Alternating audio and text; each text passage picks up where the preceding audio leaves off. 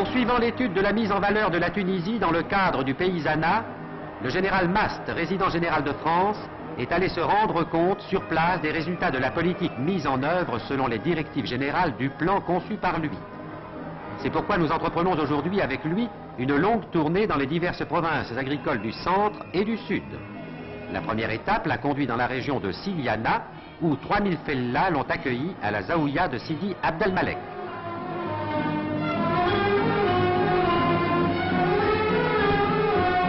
Reçu par Si Mohamed Dinguizli, caïd de Siliana, et par les autorités administratives locales, le résident, au milieu des acclamations populaires, a assisté à une démonstration du nouveau matériel mis par la coopérative de motoculture, récemment créée à Siliana, au service des agriculteurs de la région. Ce matériel permettra d'accroître dans de notables proportions la production des terres. En effet, les agriculteurs qui utilisent les méthodes modernes ont cette année récolté en moyenne 11 quintaux de céréales à l'hectare, alors que les fellahs qui en sont restés aux anciens moyens n'ont obtenu que 2 quintaux à l'hectare. La coopérative de Siliana a résolu le problème de l'achat du matériel. Les résultats ne se sont pas fait attendre. En 6 mois, le nombre des Tunisiens inscrits à la coopérative a quadruplé. Comme l'a exprimé le résident général, si cette voie était suivie par tous les Tunisiens, les récoltes généralement déficitaires deviendraient normalement excédentaires et l'économie entière du pays changerait d'aspect. Non seulement la Tunisie pourrait dans ce domaine suffire à ses besoins et peut-être exporter une partie de ses récoltes, mais encore l'augmentation des revenus qui en résulterait amènerait une augmentation plus sensible du niveau de vie de la population.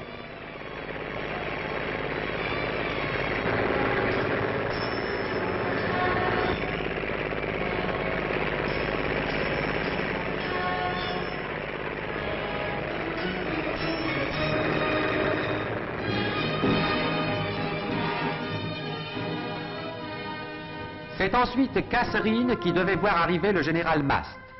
Depuis plusieurs jours, venant des hautes steppes, des milliers de fellahs descendaient vers le lieu de ce rendez-vous grandiose entre la population d'une province et le représentant du grand pays tutélaire.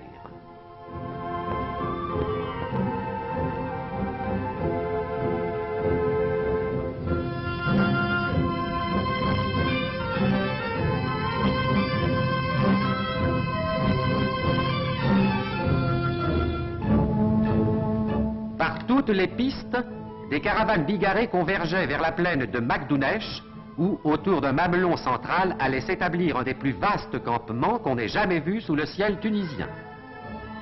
Là, sur l'immense terre-plein que barre la masse sombre du Kef Chambi, toute une population pittoresque et mouvante devait animer pendant plusieurs jours cette ville de toile née en une nuit. Rassemblement gigantesque et multicolore, étonnante symphonie de couleurs, sur laquelle le vent du désert soulève une poussière d'or.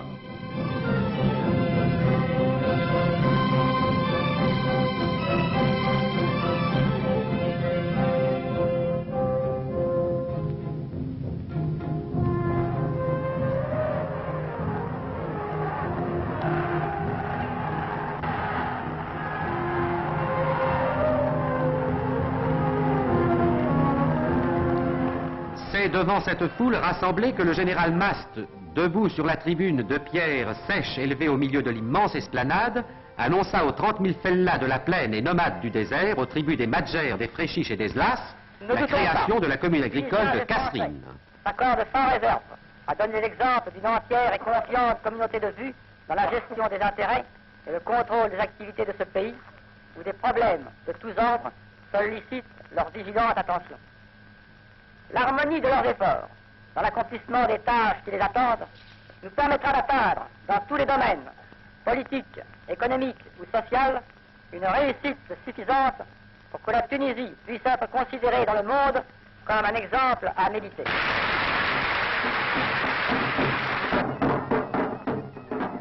Au milieu de la joie générale, le premier Français de Tunisie reçoit ensuite les présents symboliques des populations. Un bol de lait de chamel, un plat de dattes, et en compagnie des notables et des chefs de tribu, il assiste à la fantasia donnée en son honneur.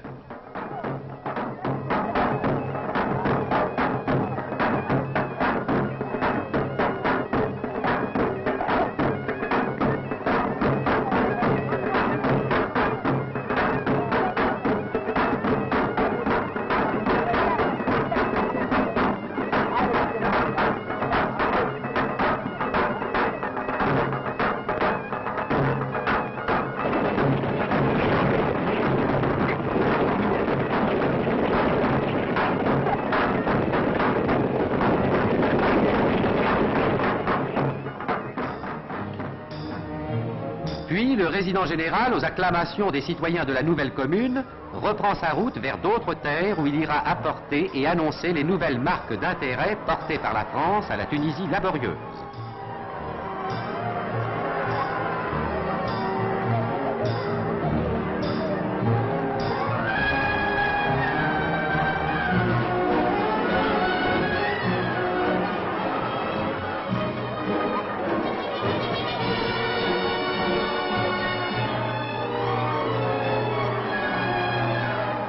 Au centre rural de Sidi Amer Bouhadjela, la caravane officielle fait une entrée triomphale marquée en signe d'honneur par l'égorgement des moutons sur le passage du général. À nouveau, le rite patriarcal des offrandes se déroule. À nouveau, le résident s'entretient avec les notables des progrès apportés à la vie paysanne et à l'économie du canton. À nouveau, sur son passage, les témoignages de loyalisme et d'affection se succèdent.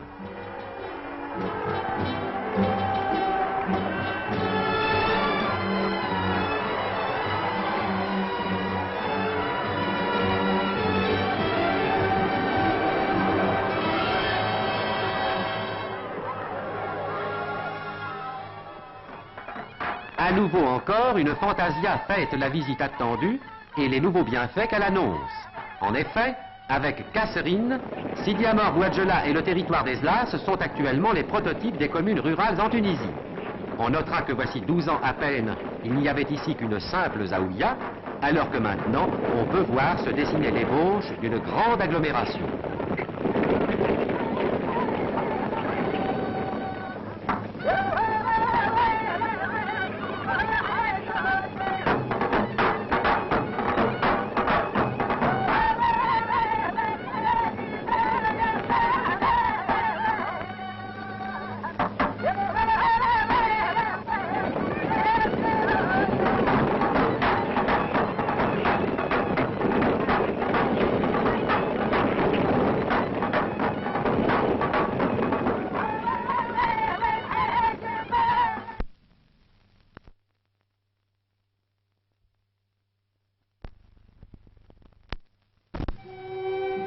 Sidi Amer Bouhadjela est en effet une réussite. Sur cette terre, naguère particulièrement déshéritée, a été établie une pépinière devenue aujourd'hui particulièrement prospère, dont le caïd Si Aziz Sakka fait aujourd'hui les honneurs.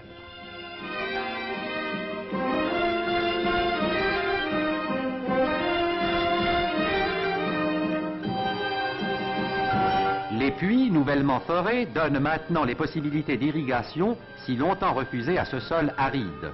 Et l'eau, ici encore, a fait son miracle.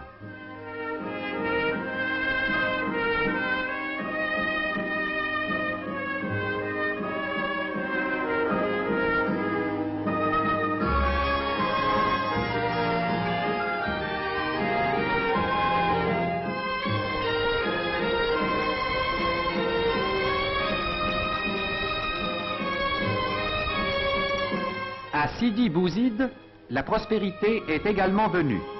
Des plantations sont nées, la culture n'est plus maintenant un travail presque vain. Les travaux du barrage de l'Oued Fekka que l'on achève donnent toute sa valeur à la terre des ancêtres. Ce petit barrage, qui pour les profanes peut sembler de peu d'importance, en revêt en réalité une très grande dans ce pays où le problème de l'eau est le problème même de la vie. À travers les gorges majestueuses de la Seldja, le train résidentiel file vers Metlaoui et Degache. Spectacle magnifique. Rien en Tunisie ne dépasse en majesté ces contreforts formidables entre lesquels la voie ferrée s'enfonce et trace son ruban pour relier entre elles les fractions d'une vie et d'une activité qui devaient autrefois vivre repliées sur elles-mêmes. Travail gigantesque qui a accru dans de notables proportions les possibilités économiques tunisiennes et dont le peuple tunisien célèbre tous les jours les avantages. Devant ce spectacle grandiose, le résident général met pied à terre et traverse, dans le lit même de l'Oued asséché, la partie la plus pittoresque des gorges de la Seldja, qui seront un jour prochain l'un des buts principaux des touristes en Tunisie.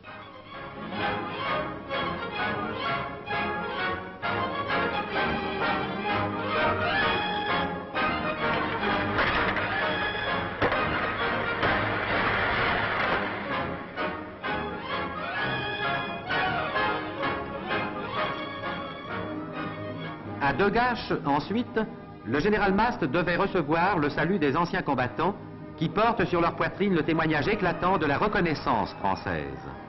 Dans ce salut fraternel et cordial s'affirme le sens émouvant de la collaboration franco-tunisienne, scellée désormais dans le sang répandu sur les mêmes champs de bataille dans 3 guerres contre le même ennemi. Après quoi, le résident est allé visiter la nouvelle école où les jeunes Tunisiens lui réservent un accueil chaleureux. L'école, toute neuve et récemment ouverte, est une nouvelle preuve de l'intérêt que la France apporte à l'éducation des populations tunisiennes. C'est ensuite par Tozeur que nous continuons notre route vers Gafsa, dont l'immense oasis demeure l'une des plus belles et des plus vastes d'Afrique. Gafsa, dont la très ancienne palmeraie a été depuis 1881 considérablement améliorée par les soins de la France. Sa productivité s'est accrue, l'état des plantations est aujourd'hui une preuve évidente de ce que la tutelle française a fait gagner au pays.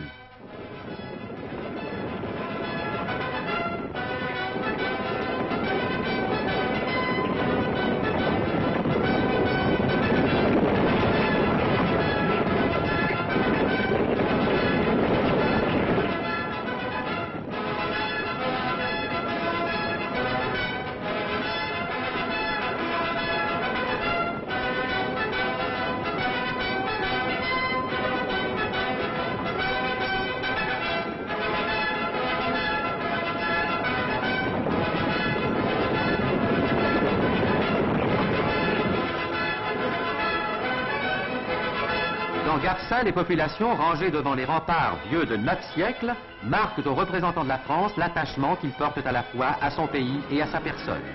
Gafsa d'ailleurs vient d'être enrichi de nouvelles constructions dont le modernisme s'allie aux traditions architecturales tunisiennes.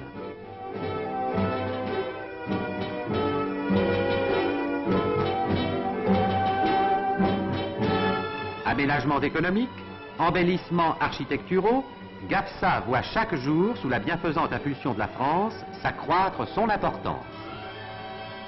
Au même lieu, le résident, continuant son inspection, a voulu se rendre compte de l'état des travaux qui ajouteront à l'oasis de Gafsa de nouvelles surfaces cultivables. Les forages artificiels sont actuellement poussés pour élargir les ressources de l'oasis.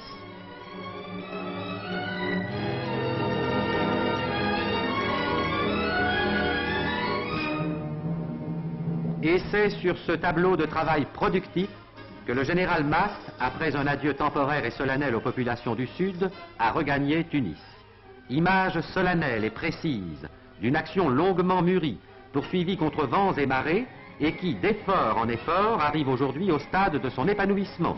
La Tunisie, unie à la France, a vu, sous l'impulsion de celle-ci, son rôle et sa fonction grandir. Elle a devant elle l'avenir des terres heureuses.